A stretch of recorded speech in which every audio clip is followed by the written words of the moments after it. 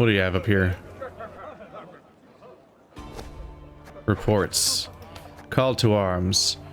Translation from Elder Speech. Neutrality means neglecting our bonds, ignoring our duties. While we sit here fiddling our thumbs, our lowland brethren are dying in pogrom after pogrom. Dwarves of Mahakam, seize arms and join the Scoia'tael. Down with Dohain. So they're going to kill. They probably would have tried to recruit people to the Scoia'tael, which Mahakam is largely devoid of. But just maybe they might have been able to. We might have been able to convince them away from that path if we had spared them, because that moment might have been impactful enough to change their path to some degree. But nope, things are just a big old mess. Alright. Alright, so we lost our first hero card. That just sucks.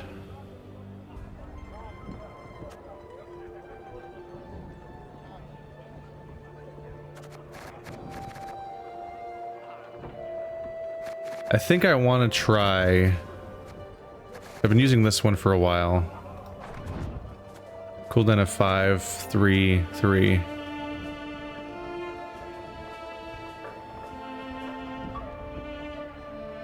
I think I want to change to this for card drawing. So this one's all about attacking, but as a cooldown of 5, it's kind of brutal. I think I want to do this one, which is that you move something to the top of the deck and strengthen it by 3. Which I can use in conjunction with a few other things. This one's also tempting, just the +4, +1. But this one could be used to chain things strategically. Because if I'm using my drummers, which now are upgraded to double draw whenever a blitz card's used, I could use that Meve's Warhammer to draw a blitz card to the top of the deck and strengthen it. Then the drummer will draw that blitz card and then the next card. It's a way of stacking the deck, so to speak, to make sure that the drummers get what I want. How many drummers do I have? Only 2. I really do I always feel like I have more of them in the deck.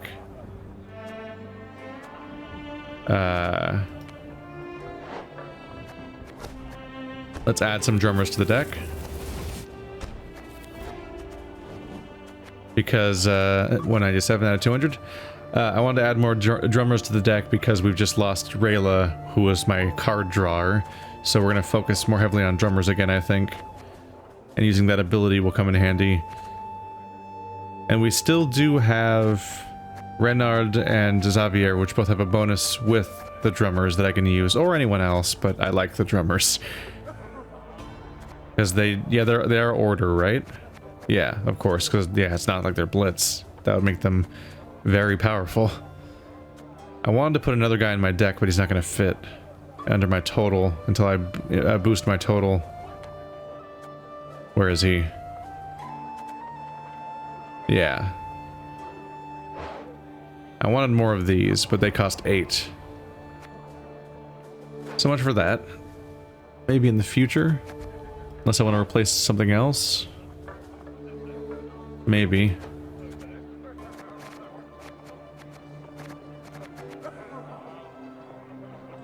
I currently have 3. That's not bad. Because, yeah, the first thing that motivated me to make Meve have a faster ability was actually because I wanted to be able to draw more cavalry and actually get through all of them in one go. But I think I like the idea of getting more drummers. The original purpose will still also apply to the cavalry. I'll be able to draw them faster. But now I also have the benefit of being able to help the drummers be better. So that should be good. Gonna have to adjust to change to changing cards. One thing I do appreciate about this game is that the enemies also have a progression. Like, I'm making progress over time down a tech tree that changes what my options are during matches, and my deck is noticeably changing from map to map, but so are the enemies. The Scoia'tael now have dwarves, for example, where they did not have those in the last map. And that kind of stuff changes from map to map in a way that means that I'm not the only one making progress. Didn't he find nothing? Not a trace. What could have happened? Didn't he find nothing?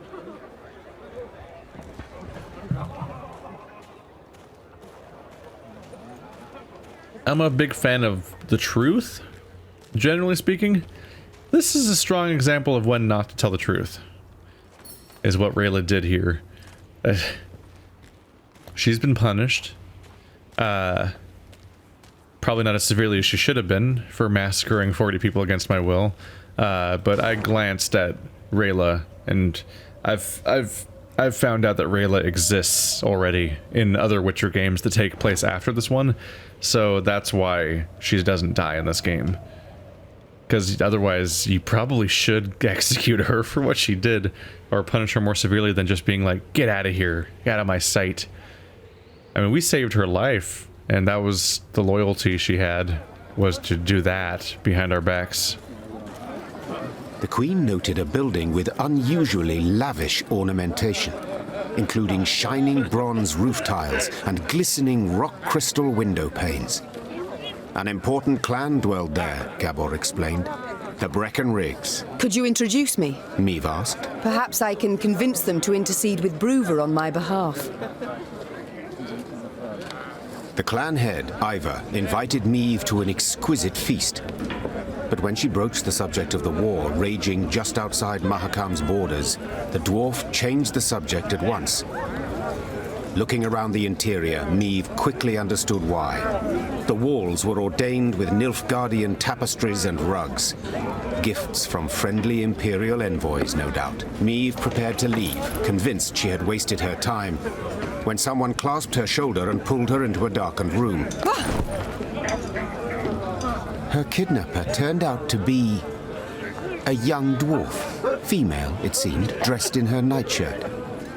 She introduced herself as Iva's daughter, Eudora Breckenrigs, and openly admitted she had eavesdropped on Meve's dinner conversation. Listen, me dad's stubborner than an old goat, but I'll convince him to help you.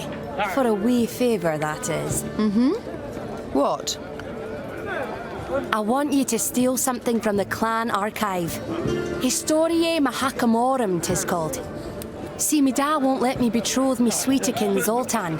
Says the codex forbids marrying a dwarf who's left the mountains. But there's precedent. Just such a case described in that document. If I can show it to Da, he'll have to change his mind. Meve felt sympathy for Eudora and wanted to help her, especially considering the favor Eudora could do her in return. But she fully realized if her attempt to break into the archive ended badly, it would result in a tremendous scandal Bruver Hoog would not soon forget.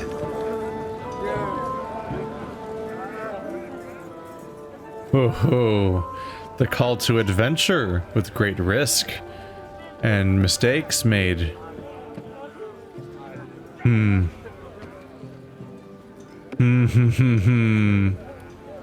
Oh, risks. The pot's worth the play, I believe. Fine. I accept your offer. They then shook hands, sealing the deal. Meve had to bite her tongue to stop from crying out, for the young she-dwarf had the grip of a brawny blacksmith.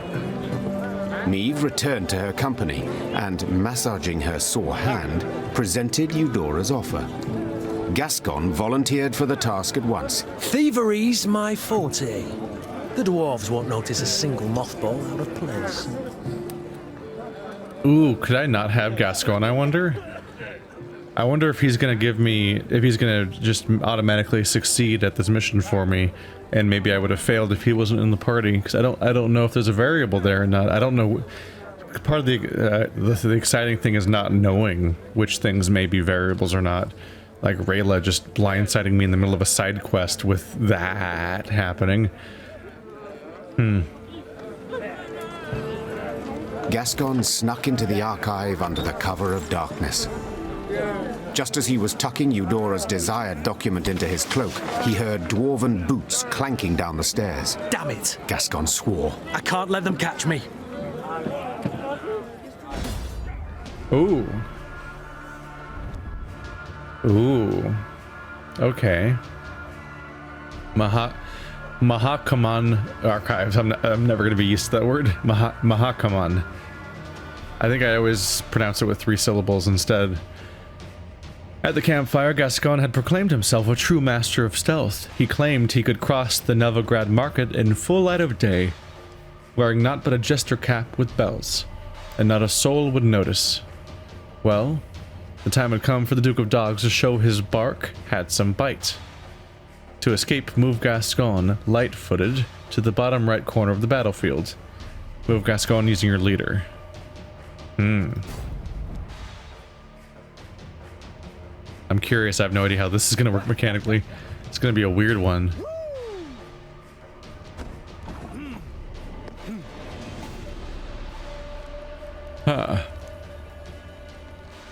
Move Gascon to the bottom right corner of the battlefield using my leader. How? Unit will be spotted if located 3 positions away from a Mahakam guard. What? Like 1, 2, 3? 1, 2, 3? Holy crap. That's like no speed. And also it's like 1, 2, 3. Does that count? 1, 2, 3. Does it go vertical or only horizontal? Whenever Gascon moves, move this unit 1 position to the right. If it reaches the edge of the battlefield, turn it around. Oh, they have a direction of line of sight. They only look forward. Only 1 punishment for disturbing the peace in Mahakam. A hammer to the head. A hammer to the head. Oh, Gascon Burglar is my hero. Move self to an adjacent vertical or horizontal position. Charge 3. Every turn on turn start, gain 3 charges. Steal from the dwarves, you call that a challenge?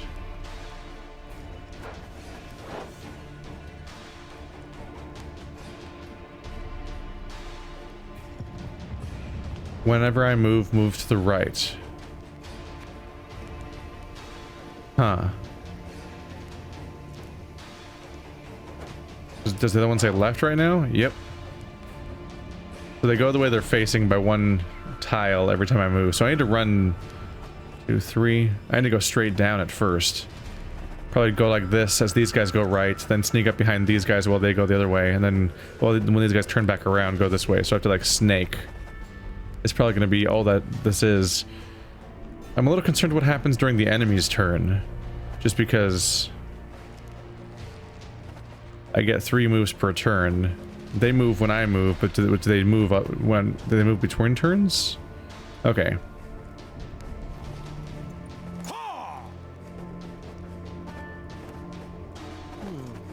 I think it might be that you just go in intervals of 3, kind of regardless of anything else. I'm a little worried.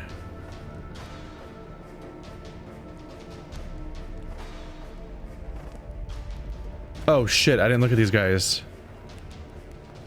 Oh shit. I didn't notice my hand until just now.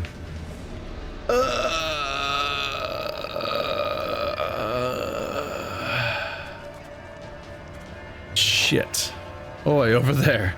So this makes them turn around.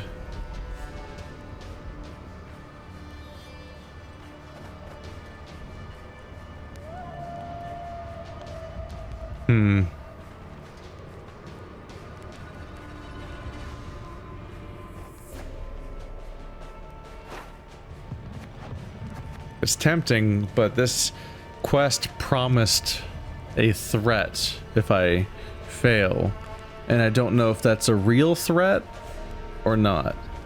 Like if I lose once, do I lose for good? Shit, I had not noticed my hand. Okay. So I can make people turn around, or I can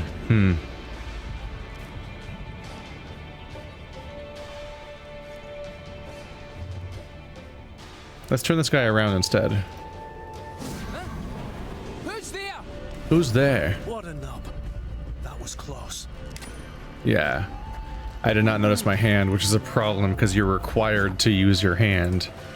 That's the structure of this game. That's the reason why I have 3 moves and then this. That's the relationship. That was the big mistake I made.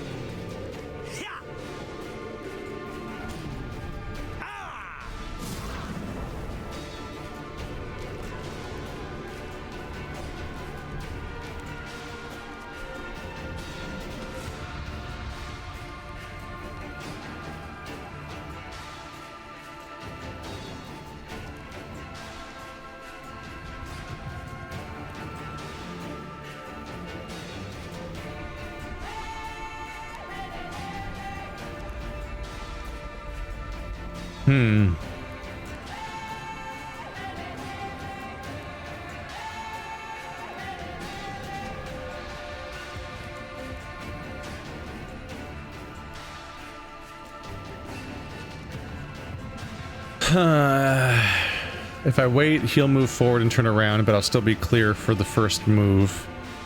I can distract him to turning around. Well, yeah, I have to do one or the other, actually. Let's distract this guy into turning around. Piece of cake. So everyone does move when I wait between turns, too. So this part happens regardless.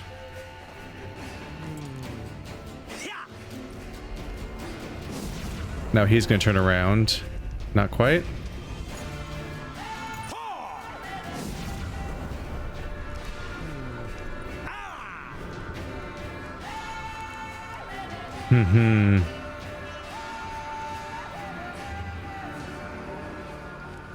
Man, I don't want that guy to turn around. He'll just go straight into me. How is this going to work?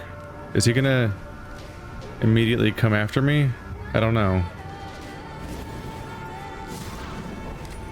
No, he stands still for a turn.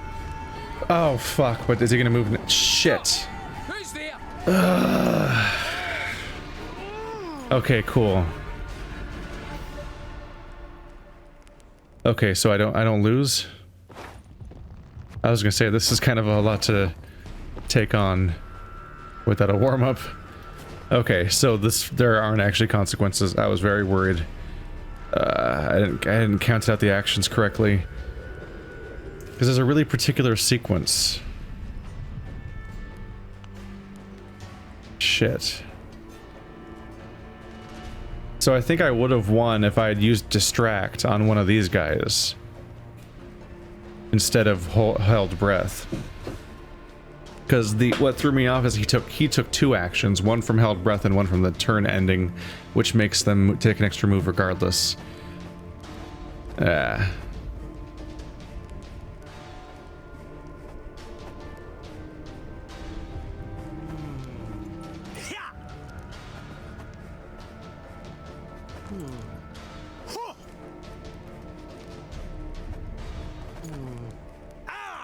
This is a really weird system. Okay.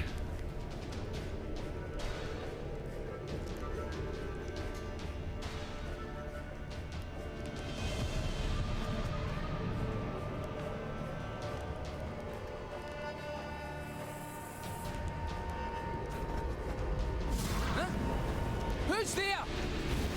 What a nub. That was close.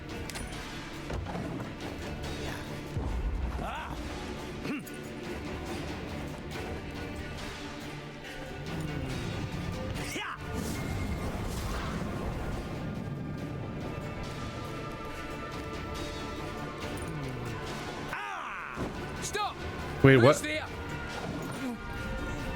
I'm an idiot. I'm an idiot.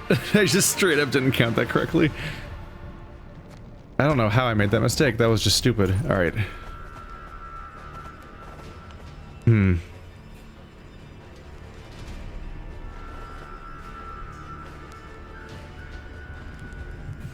Let's try going this way. I'll be a little less afraid of it all now that I know there's not as much risk of a failure. Huh? Who's there? What a nub. That was close. Let's try this path.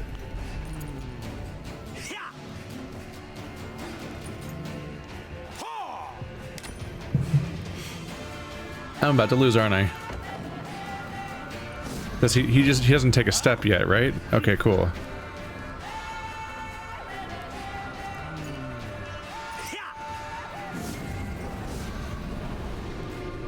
It's a close little race, though. This is probably a better path than the ones I've done before, though. Nope. Yes. No, yeah, I can work with this. There we go. Just turn them around. Piece of cake. And now I should be clear to win, right? Because they're facing the wrong way.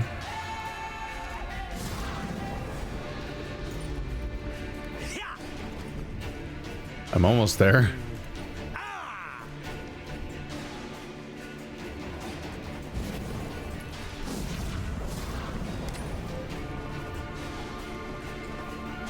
Oh, right. The end turn. Just a bit more. We're almost there. Yeah. Easy as pie. Blah. It's an interesting scenario. It's also really... it's a little mind-bendy. Gotta think in a whole different system. Luckily, Gascon managed to do the deed quietly, so the dwarves never found out who had broken in. As agreed, Meve handed Eudora the stolen document. Ha! The dwarf shouted, raising the parchment in a triumphant gesture. Da can't do nothing to stop her making vows now. I've got to write Zoltan right quick. Thanks. Thanks a million times over. Zoltan. I think I know that character. Ooh. Valmir's horn. And Eudora did her part too. Soon after, the queen learned there'd been a gathering of the clans, and Iva had indeed spoken on her behalf. She could only hope the elder Breckenrigs had swayed Bruva Hoog as well. There we go. So we're getting an assistance that will help us with the Hoog situation, where we're clearly setting up for some kind of point total at the end, where some series of things that go against me and for me will affect whether or not I win this out. And I've probably already got a negative for the fact that I failed to find those 40. Would have been a lot worse if they knew what happened, though. Maybe they will find out. Valmir's horn. Permanent resilience. Whenever an ally appears, strengthen it by 1 and give it 1 armor. Move to the row. That's an interesting one. In that moment, Valmir reached for his belt, grabbing hold of his ornate, spiraled buffalo horn. As a replacement for Scepter of Storms.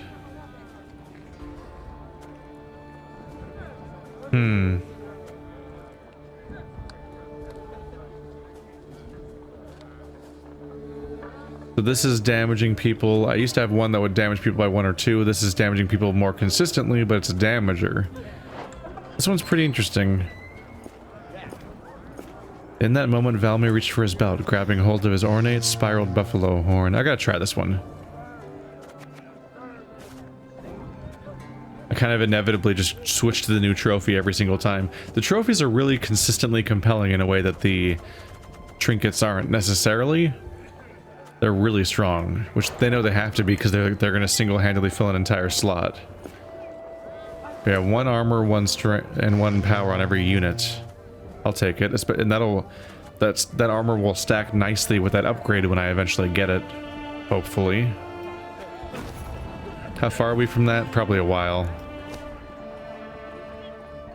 It's not even in this row.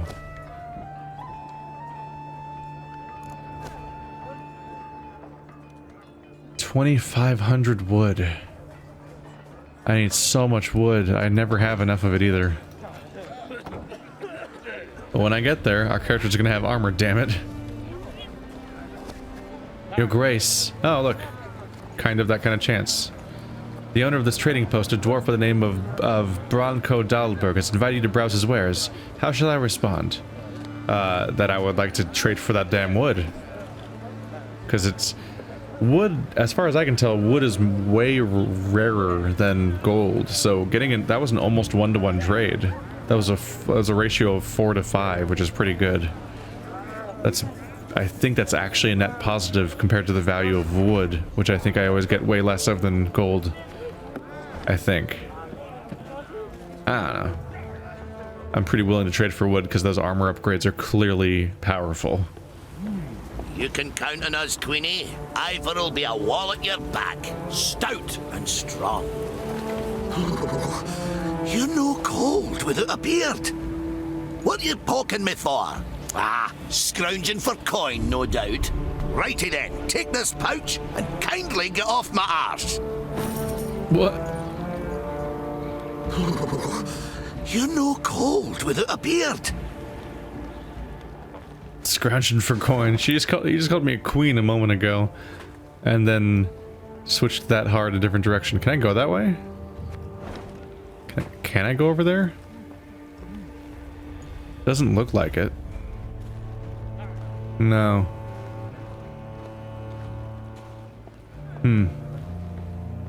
The map definitely makes it look like it's a zone you might be able to do stuff in. That's a lot of money, by the way. That's 25% of what I just spent right back at me. Ah, you thundering dope! I told you to hold your horses or you'll shake the hitch loose. Oh, now you're a bleeding expert, are you? You overloaded the damn cart, that's why it's busted. A wagon lay strewn across the middle of the road. Behind it stood others, some loaded with gold, jewels, and other valuables, others groaning under barrels of pickled meat. Each dwarf had his own theory about how the accident had come about, and thundered it out to all and sundry, peppered with choice invectives. An odd caravan. Meve said. They don't look like merchants. Nay, they ain't. Gabor answered. Dwarves of the Ferens clan, carrying gifts for the Drake. Remember Keltilus? When he took roost here, Ferences fought him for near a century.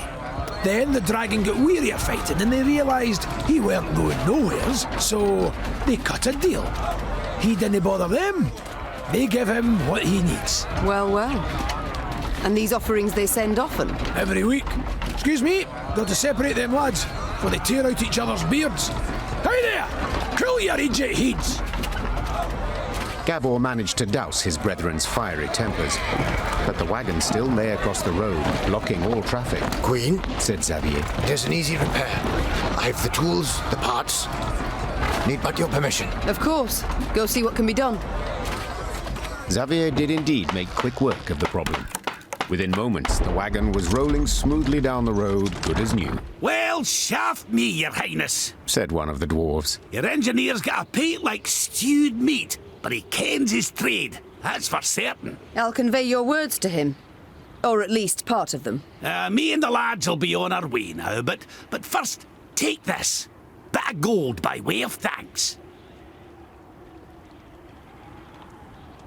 Thank you. Meve said, accepting the surprisingly heavy pouch. In wartime, every copper counts. The dwarf bowed in parting, shook the snow off his beard, then rejoined his caravan. Within a few moments, the wagons had disappeared around the bend. It is way less gold than expected. I just poked that guy a few times. He gave me 250. I just saved these guys from disappointing their dragon lord, and they gave me 100. I'm like, all right. Numbers are whatever they feel like, I guess. Yeah, it seems like we're just having a sequence where every single party member proves their worth and reminds us that they're here in one way or another, positive or negative. Little surprised that Xavier... little surprised there wasn't some sort of mini game, but I wonder if that means that Xavier could have not been here potentially, or if they're just kind of having a story moment to reinforce all the party members we've collected along the way. I was thinking about how, like, we have this dwarf scout who must know what Rayla did, but he's continually siding with us. I wonder if that'll come up at some point in the future, because it almost feels like the game's conveniently sidestepping his existence during the Rayla encounter, where I kind of would want to hear his reaction, because that would shake... that 40 people being murdered might shake his commitment to helping the queen. I don't know. My lady, this forge belongs to a famous armorer by the name of Nico Skaggs. Truly, never in my heart have I seen finer studded leather and mail. He's willing to sell, but not for coin, for he is buried up to his neck in it. Instead, he asks for labor, new hands he can train to work at his forge. 4 people for a card. Yeah, I'll do it. Select a handful of volunteers. Ooh, it's a bomb. Probably. Gotta work our way towards that. Oh, hey. Nope. Moved wrong for a second. There we go. Oh, there's some stuff hiding down here. And thank you. And thank you. Oh, we're already making so much progress. I'll have that armor, damn it.